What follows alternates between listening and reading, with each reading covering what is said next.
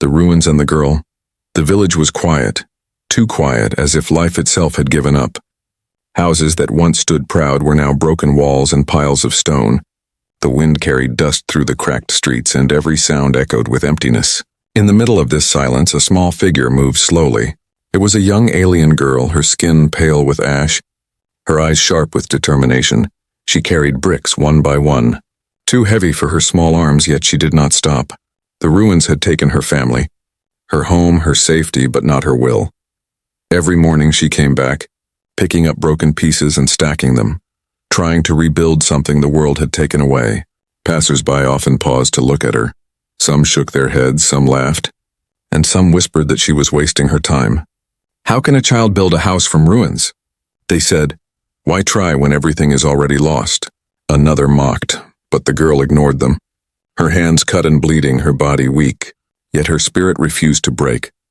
From the shadows of a fallen archway, someone else watched. A human, older, with tired eyes and a face hardened by sorrow. He was a widower, a man who had once known love, once had a family, and once believed in hope. But war had stolen it all from him.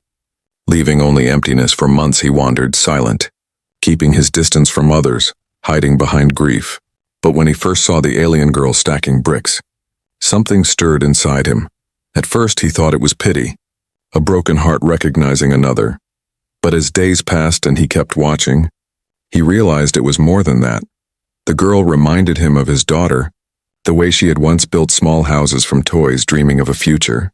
Now this child, from another world, in another shape, carried the same dream in her eyes. The human widower did not step forward. He only watched. Each day he returned, standing in silence, hidden, as if afraid that if he moved closer, the fragile dream would vanish. The girl worked without rest, her lips trembling as she whispered to herself, "Brick by brick, I will make a home again." Sometimes at night, when the stars covered the broken sky, she cried softly while holding a stone. The widower heard her voice carried by the wind. "I only want a family again," she said. Her words pierced him, cutting through the wall of grief he had built around himself. But still he did not move. Instead, he stood with clenched fists, torn between the fear of opening his heart again and the strange comfort he found in watching her fight alone. One evening, as the sun fell behind the hills, the girl stumbled, the weight of a brick too heavy for her small frame. She fell to her knees, dust rising around her, her hands shaking as she tried to lift the stone again. Her arms gave way, and the brick slipped, cutting her skin. Tears rolled down her face, but she refused to leave it there. She tried again, whispering to herself, "I must do this. I must not stop." From the shadows, the human took one step forward, then stopped, his heart racing. He wanted to help. He wanted to lift the stone for her. But fear chained him. What if she rejected him? What if she turned him away as others had? He was only a broken man, a human carrying nothing but grief. Yet he stayed until night covered the ruins, until the girl, exhausted, curled herself beside the half-built wall and fell asleep, holding one brick close to her chest as if it was the last piece of family she had. The widower's eyes burned, but not from the cold. For the first time in years, he felt a pull stronger than despair. This child was alone, yet she fought with all her strength, and he, though stronger, did nothing. As the stars shone above the ruins, he whispered to himself, "Tomorrow, I will come again." The ruins stayed quiet, but deep within them, two souls, one small, one broken, were already tied by an invisible thread. The girl dreamed of a home, and the human, though silent, had begun to dream with her. The human's grief, the human widower, woke before sunrise. His small shelter nothing more than a broken frame of steel and cloth. The air was cold and the silence pressed down on him, but he had grown used to silence. For years it was his only companion. He sat on the edge of the ruins, staring at the horizon as if waiting for something that would never come. His hands were rough, his eyes hollow, his shoulders heavy with the weight of memories he could not let go. Once he had a family, a wife with gentle eyes and a daughter with laughter brighter than stars. They had lived in a quiet human settlement, far from the heart of the wars, far from the Empire's gaze, but nothing ever stayed safe. Not in this galaxy. The war came suddenly, bringing fire from the sky and soldiers who showed no mercy. He remembered the smoke, the screams, the way he ran through the flames searching for his wife and child. He found only rubble, and in that rubble, silence. Since that day his heart had been a ruined house. No walls, no roof, only ashes inside. Others told him to rebuild, to live again, but he could not. The wound was too deep, and every sunrise only reminded him of what was gone. So he wandered from place to place, never staying long, never speaking much. People called him a ghost, and he believed it, because he felt more dead than alive. But then one day, he saw her, the alien girl in the ruins, carrying bricks with hands too small and arms too weak. At first he thought she was a shadow of his past, a memory of his daughter brought to life by grief, but she was real and she was fighting. She had no one just like him, yet she kept moving forward. The human did not understand why, but each day he returned to watch her. He told himself it was curiosity, nothing more, but deep inside, something he had buried long ago began to stir. The sight of her lifting one stone after another broke through the chains around his heart. It was not just pity, it was recognition. She was broken like him, but she refused to accept defeat, and he, though stronger, had done nothing but hide. One morning, he watched as she dragged a beam of wood across the ground, her small feet slipping in the dust. She stumbled, fell, and stood up again. Her face streaked with tears. The widower clenched his fists, his throat tight. Why did he feel this way? Why did her pain hurt him more than his own? He walked back to his shelter that night, but her voice followed him. "I only want a family again," she had whispered. Those words would not leave him. They echoed in his mind, tearing through the silence that had lived inside him for years. He sat by the fireless hearth, staring at the stars, and spoke aloud for the first time in months. "My family is gone," he said, his voice broken, but hers might still be built. The thought scared him, because it meant opening his heart again. It meant risking pain, risking loss, risking everything he had tried to escape. But as he closed his eyes, he saw her face, her determination, the way she held on to every brick as if it carried her entire world. The next day, he followed the same path to the ruins. He kept his distance, staying in the shadows.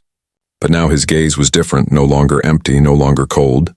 Something inside him wanted to step forward, to reach out, to place a stone beside hers, but his legs refused to move, his grief too heavy to let him act. So he stood there, torn between fear and hope, between the ashes of his past and the fragile light of something new. The alien girl did not see him, did not know that every moment of her struggle was pulling him closer to life again. He was a man who had lost everything, but through her, he began to see the possibility of finding something. Not the same, never the same, but something, and that small thought, like the first brick of a ruined house, was the beginning of his return. The girl's struggle. The sun rose over the ruins, casting long shadows across the broken streets. The alien girl was already there, her small body bent under the weight of another stone. Her hands were wrapped in cloth, torn and stained with blood. But she held the bricks close as if they were treasures. Every morning she worked, and every night she returned, never giving herself rest. She whispered to herself as she lifted, brick by brick, "I will make a home." The other villagers watched her sometimes, shaking their heads. "Foolish child," they said, "a house cannot rise from ashes. Go beg for food instead. Stop wasting your strength," another sneered. But the girl never answered. She kept her head low, her heart focused only on the wall she wanted to build. Deep inside her, pain lived like fire. She had lost her parents, her brother, her home, and she refused to lose the last thing left, her dream of family.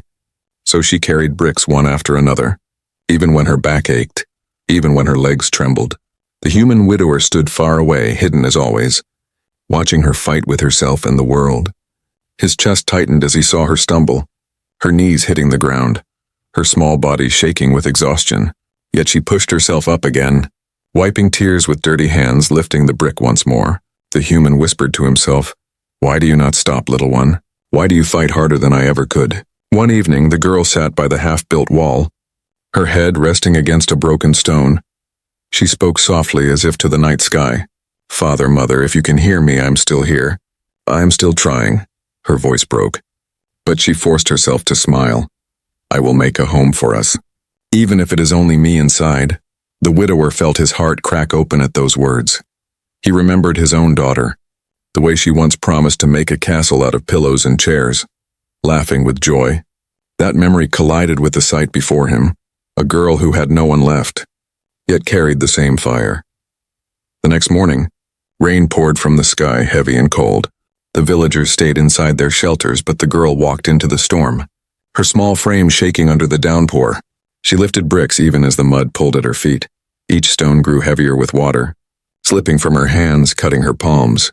But she refused to stop, whispering again and again. Brick by brick, the human widower stepped closer than before, hidden behind a wall, his hands gripping the stone as he watched. He wanted to shout, to tell her to rest, but the words never left his mouth. Instead, he watched her fall into the mud. The brick crashing beside her, the rain soaking her thin clothes. She sat there for a moment, hugging her knees, her face hidden, her shoulders shaking.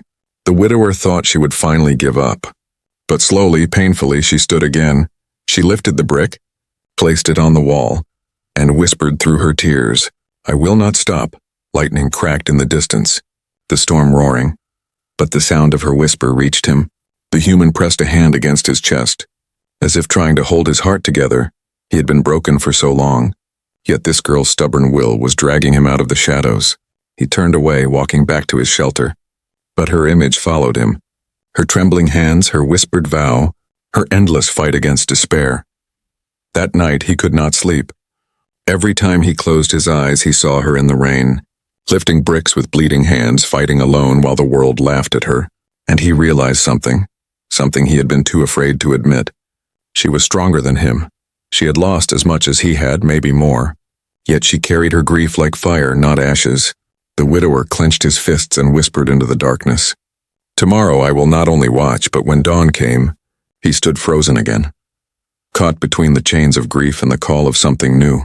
He saw her again, struggling, her lips whispering the same words, brick by brick, and for the first time, his foot shifted forward, one small step closer to her. The ruins still stood silent, but within them, two broken souls were moving toward each other, slowly, painfully, yet unavoidably. First contact, the night was heavy with storm clouds. The ruins groaned as the wind howled through broken walls.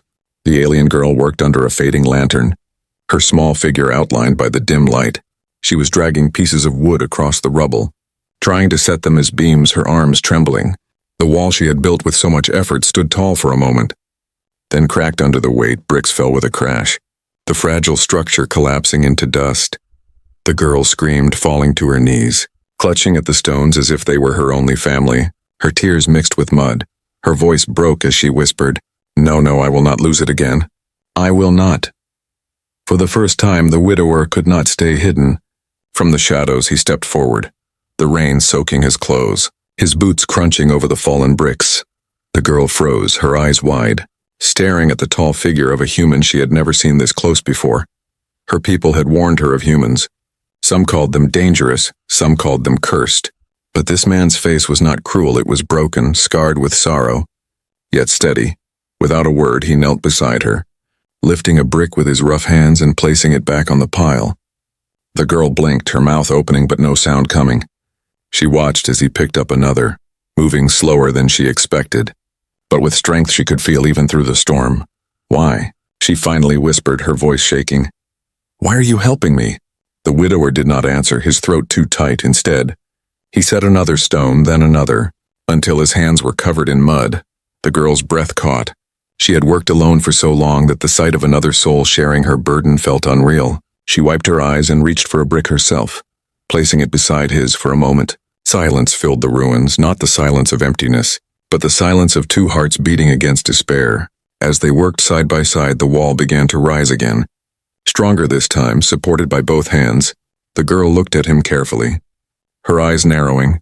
"You are human," she said, as if testing the word. The widower paused, nodding slowly, his eyes filled with shadows. "Then why?" she whispered again. "No one helps me, not even my own people. Why you?" He wanted to answer, to tell her about his daughter, about the laughter he lost, about the fire that took his world. But the words caught in his chest, too heavy to escape, so he said nothing, only kept lifting brick by brick. The girl's lips trembled, but then she smiled faintly. The first true smile in years. "Then we build together," she whispered. The storm raged, but the two of them moved as if the rain was nothing. The widower's strong arms lifted what her small frame could not, and her steady hands placed stones where his grief had left gaps. By dawn, a part of the wall stood taller than before, shining with droplets of rain. The girl sat against it, her chest rising with heavy breaths, her eyes fixed on the man beside her. She did not know his name, did not know his story, but she knew one thing. He had chosen to step into her ruins. The widower stood staring at what they had made, his heart beating faster than it had in years. For the first time, he felt something unfamiliar. Hope. As he turned to leave, the girl's small voice stopped him. "Will you come back tomorrow?" she asked softly. Fear hidden behind her words, he hesitated, his grief pulling him back, his silence almost answering for him. But then he nodded once, slow and certain. The girl's eyes brightened and she whispered to herself, "Then I am not alone anymore." The widower walked into the fading storm, his heart heavier and lighter at the same time. Behind him, the broken ruins no longer looked like emptiness. They looked like the beginning of a home, and deep inside, he knew this was only the first step. The bond of family. The morning came with quiet skies. The storm had passed, but the ruins still carried the smell of wet earth and broken stone.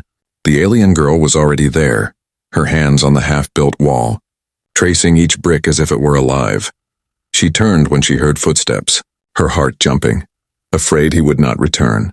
But there he was, the human widower, carrying a wooden beam on his shoulder, his face tired but steady. The girl's lips trembled into a smile. She whispered, "You came back." He nodded once, no words. But the weight of his presence was more than words could ever give. Together they began again, the girl setting small stones, the human lifting heavy ones. The wall rose higher, stronger, and for the first time it looked less like rubble and more like a home. Hours passed, the sun rising above them, sweat covering their skin, but they did not stop. The girl hummed softly as she worked, a tune from her people, a song about building homes from nothing. The widower paused, listening, the melody pulling at memories of his own daughter's voice. His chest ached, but it was no longer the ache of emptiness, it was the ache of something returning. By midday the villagers gathered nearby, whispering, "Look at them," one said. "An alien child and a human building together. It is unnatural," another spat. "That house will never stand. It is cursed," but a few stayed quiet, their eyes soft. For deep down they saw something they had forgotten, hope rising from dust. The girl ignored the whispers, but the widower felt their sting. Still he kept working, his hands moving, his grief turning into strength with every brick he lifted. At one point the girl stopped watching him, her head tilted. "You build like you have done this before," she said, curiosity in her voice. He paused, his throat dry, then finally spoke, his voice low and rough. "I built once long ago. For my family." The girl's eyes widened, but she did not ask more. She only nodded as if she understood. Silence returned, but it was not heavy, it was warm, filled with the sound of stone on stone as the sun set. The wall stood tall enough to cast a shadow of something whole in a place broken. The girl leaned against it, her eyes shining. "It is not only a wall anymore, it feels alive." The widower sat beside her, his chest rising with slow breaths for the first time in years. He did not feel like a ghost. That night they sat together near the half-built home, sharing bread the girl had saved. It was dry and small, but she broke it in two and offered half to him. He hesitated, then took it, their hands brushing for a moment. It felt strange, soft, fragile, but real. She chewed quietly, then whispered, "When it is finished, this will be a place for family. Not just walls." The widower froze, her words striking deep into his soul. Family. Once the word was pain, but now it felt different. The girl lowered her head, whispering again, "I lost mine, but maybe if this house stands, I will find one again." The widower looked at her, the firelight flickering in her young eyes, and for a moment he saw his daughter again. He closed his eyes, letting the warmth sink in. Tomorrow, the house would grow higher, and so would the bond between them. The villagers might mock, the ruins might resist, but he knew now this was more than building bricks. It was the slow rise of something both had lost. A home, a bond, a family, the trial of fire. The wall now stood tall, the frame of a house taking shape from a distance. It looked like more than stones and beams. It looked like a promise. The villagers who once mocked now gathered daily, some curious, some angry, some silently admiring. Whispers spread through the ruins like fire. "They are building together. A human and an alien child," one voice said. "It is wrong, it is dangerous. Nothing good will come of it," another replied. But others whispered differently. "Maybe it is hope. Maybe it is what we all forgot." The girl ignored their voices, her heart full every time she lifted a brick beside him. The widower worked harder than ever, his arms aching but his spirit burning. He no longer came only to watch, he came to build, to stand beside her. For the first time, he felt he had a purpose again. But not everyone wanted this new bond to grow. One evening, as the sky turned red, a group from the local council arrived. They were older, dressed in heavy robes, their faces sharp with judgment.